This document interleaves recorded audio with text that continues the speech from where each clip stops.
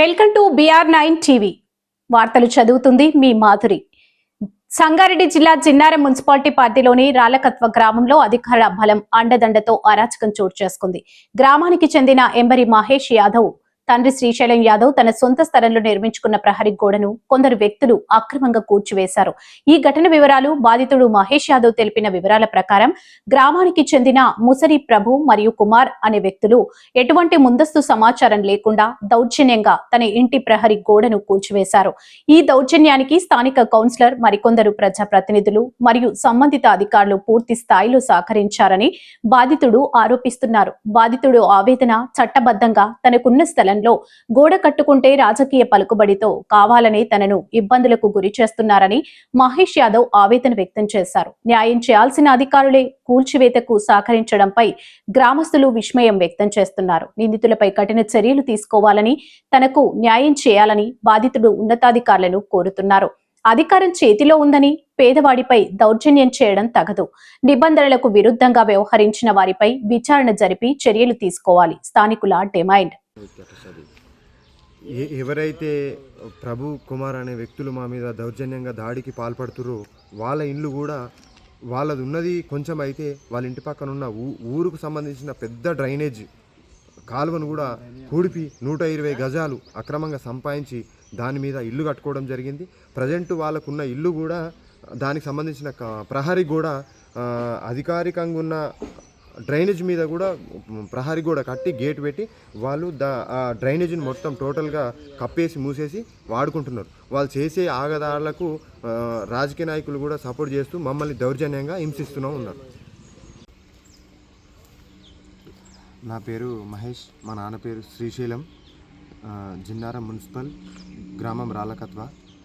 మాకు జరుగుతున్న అన్యాయానికి న్యాయం చేయాలని ఈ ప్రెస్ వాళ్ళ దగ్గరికి కూడా రావడం జరిగింది.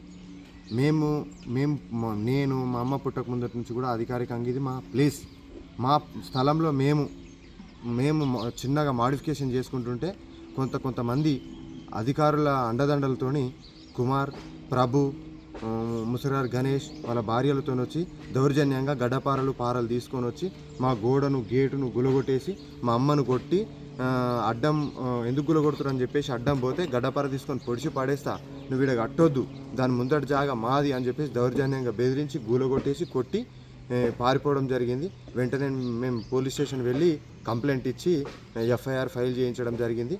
వాళ్ళు మళ్ళీ మా స్థలంలో మేము పనులు చేసుకుంటుంటే కూడా పదే మున్సిపల్ అధికారులకు ఫోన్లు చేసి అక్కడ పోయి కంప్లైంట్ ఇస్తూ దౌర్జన్యంగా వాళ్ళ పని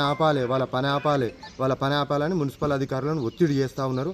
వాళ్ళు కూడా మాకు ఫోన్లు చేసి అదేదో కరెక్ట్ చూసుకోండి, అసలు వాళ్ళు కంప్లైంట్ ఇస్తారు, పని ఆపండి అని చెప్పేసి వాళ్ళు కూడా మమ్మల్ని ఒత్తిడి చేస్తుంటే మేము దానికి తగిన ప్రకారంగా వాళ్ళకి ఎక్స్ప్లెనేషన్ ఇచ్చి మేము కూడా పోలీస్ స్టేషన్లో కంప్లైంట్ ఇచ్చి వచ్చాము. దయచేసి మాకు న్యాయం జరగాలని కోరుతున్నాము. దౌర్జన్యంగా ఒక 18 సంవత్సరాల నుంచి మా ఇంటి ముందున్న మా స్థలంలో మా వాకిట్లో మేము చిన్నగా మాడిఫికేషన్ చేసుకుంటుంటే దౌర్జన్యంగా ఎన్నోసార్లు ఇట్లా వచ్చి కొట్టి చాలాసార్లు పనులు ఆపి మమ్మల్ని ఏ పని చేసుకోకుండా భయభ్రాంతులకు గురి చేస్తారు. మాకు న్యాయం జరగాలని కోరుతున్నాం. అదేవిధంగా మాకు 2008లో కూడా ఉమ్మడి గ్రామ పంచాయతీ సులక్పల్లి ఉన్నప్పుడు కూడా తొంట వీరయ్య అనే వ్యక్తి సర్పంచ్గా ఉన్నప్పుడు మాకు పర్మిషన్ ఇచ్చిండు. ఆ తర్వాత మళ్ళీ జంగిలి రాములు 2016లో కూడా ఆయన సర్పంచ్ అధికారంలో ఉన్నప్పుడు కూడా మాకు మళ్ళీ పర్మిషన్ ఇచ్చిండు. ఏ రాజకీయ నాయకుల అండదండలు చూసుకొని మమ్మల్ని ఇబ్బంది పెడుతారో తెలియదు, కానీ మా మీద జిన్నారం మున్సిపల్ ఆఫీస్లో కంప్లైంట్ ఇస్తే మా పేపర్లు తీసుకొని పోయి కమిషనర్ గారికి మేము ఎక్స్ప్లెనేషన్ ఇచ్చుకున్నాం. అవును, నిజంగానే మీకు పర్మిషన్లు ఉన్నాయి కదా, మీ కాంపౌండ్ వాళ్ళ లోపల మీ వాకిట్లో మీరు కట్టుకోండి, ముందటికైతే జరగకండి అని చెప్పేసి మాకు సానుకూలంగా కమిషనర్ గారు కూడా మా పేపర్లు చూసి మీ పని మీరు సాఫీగా జరిపించుకోండి అని చెప్పేసి మాకు సహాయం చేసిండు. మళ్ళీ ఇంకొక విషయం ఏమంటే వాళ్ళు అధికారులు కూడా కంప్లైంట్ ఇచ్చిన అధికారులు కూడా పేపర్లు చూపిస్తే వాళ్ళు మా పేపర్ల మీద మళ్ళీ పేపర్లు పుట్టించి మమ్మల్ని దౌర్జన్యంగా ఇబ్బంది పెడుతురు, భయభ్రాంతులకు గురి చేస్తురు. కొట్టడానికి పారలు తీసుకొని చంపడానికి కూడా పైకి వస్తారు. ఆల్రెడీ మా గేట్లు అన్నీ కూడా పలగొట్టేసారు. వాళ్ళకు ప్రజాప్రతినిధుల అండదండలతోని మమ్మల్ని ఇట్లా భయభ్రాంతులకు గురి చేస్తారు. దయచేసి మాకు న్యాయం కావాలని కోరుకుంటున్నాం.